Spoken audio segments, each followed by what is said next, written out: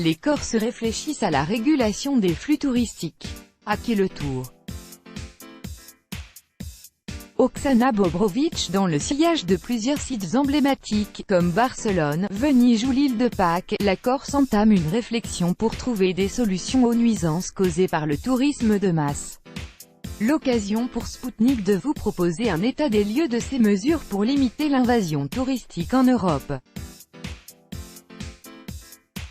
Les vignes s'habillent de rouge, les lambeaux de brouillard recouvrent les champs fanés, les terrasses des cafés s'encombrent de chauffage, la saison touristique est finie. Fini la course enfarinée pour charmer le consommateur de produits touristiques, fini les solutions innovantes et les boutiques des souvenirs de bord de mer, les derniers vacanciers rentrent chez eux, secouent leurs espadrilles pleines de sable et rangent leurs serviettes de plage, pourtant. Il y a des sites qui n'en peuvent plus de voir les touristes arpenter leurs rues. Le tourisme est l'industrie qui consiste à transporter des gens qui seraient mieux chez eux, dans des endroits qui seraient mieux sans eux, disait Jean Mistler. Il a de plus en plus de réfractaires au tourisme dans le monde. Florilège Corse. Tout début septembre, le mouvement nationaliste Corsica Libera a émis l'idée de mettre en place de quotas de fréquentation touristique pour les sites sensibles. Les îles Lavezzi avec leurs 350 000 personnes par an, dont environ 45 000 sur la seule première quinzaine du mois d'août, sont l'exemple flagrant de ce phénomène. Pour les politiques, ce flux touristique massif dans la zone pose des problèmes environnementaux. La proposition a créé un véritable choc chez les admirateurs de l'île de beauté. Rien n'est décidé encore, mais plusieurs collectivités, mairies, conservatoires du littoral, parcs naturels régionaux ou collectivités de Corse réfléchissent à la façon de mieux canaliser le surplus de touristes. Résultat, vers la fin de septembre, l'Assemblée de Corse demande à l'Office de l'environnement de la Corse et le Parc naturel de Corse d'entamer une réflexion pour proposer les solutions. Cette proposition ne suscite pas l'unanimité sur l'île. Jean-Charles Orsucci, maire de Bonifacio, n'hésite pas à donner son avis, en relativisant l'étendue du problème et optant plutôt pour la modernisation des infrastructures. Mais le temps que les élus statuent, les professionnels préparent déjà la saison prochaine, sans oublier le tourisme durable. Venise. Cela fait un moment que Venise cherche un équilibre face à la fréquentation touristique grandissante. Près de 30 millions de touristes se rendent à Venise chaque année et, sur la lagune, les prix explosent. Les rues sont envahies de touristes, les actes d'incivilité se multiplient, les commerces de proximité ont été remplacés par des boutiques de souvenirs.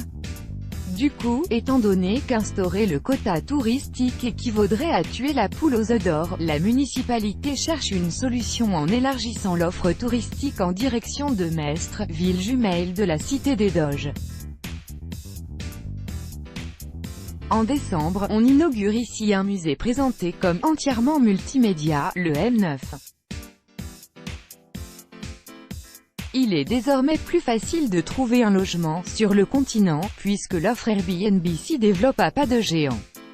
Même les populations locales et les visiteurs du centre historique ne restent pas indifférents, en multipliant les initiatives pour rendre à Venise sa vie de tous les jours, comme le fait, par exemple, Caterina Seda, une Vénitienne d'adoption. En plus, il y a peu près un an, la municipalité a pris la décision de tenir les grands paquebots de croisière à l'écart. On attend que la Sérénissime respire. Barcelone. Si Venise semble sortir de l'impasse, la capitale catalane souffre toujours de la surpopulation due aux bateaux de croisière.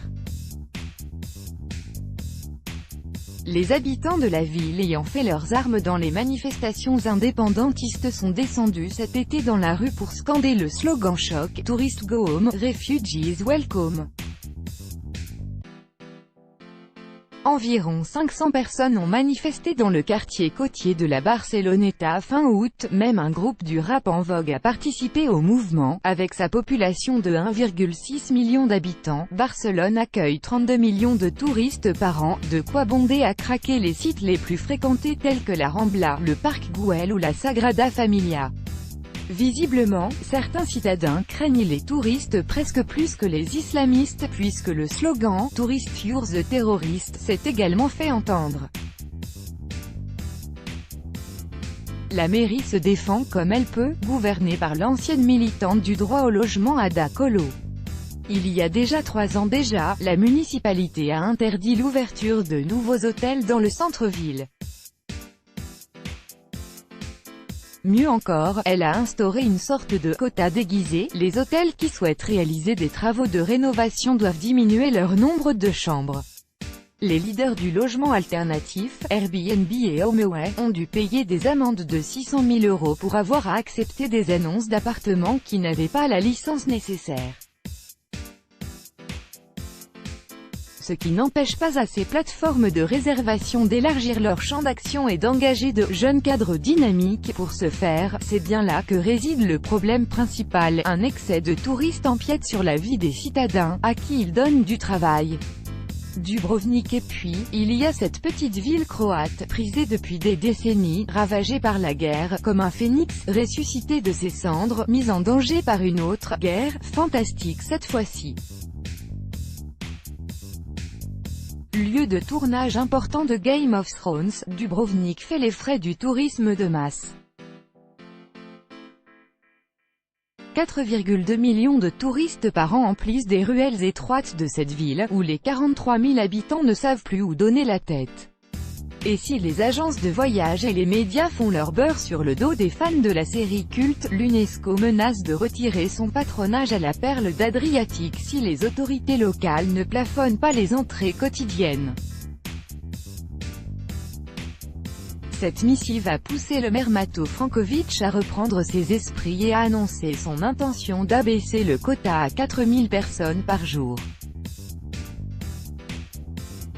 Comment va fonctionner ce système? À coups de portes, de fortifications et de ponts-levis, les navires de croisière, toujours eux hormis les taxes portuaires, n'apportent que des miettes à l'économie locale.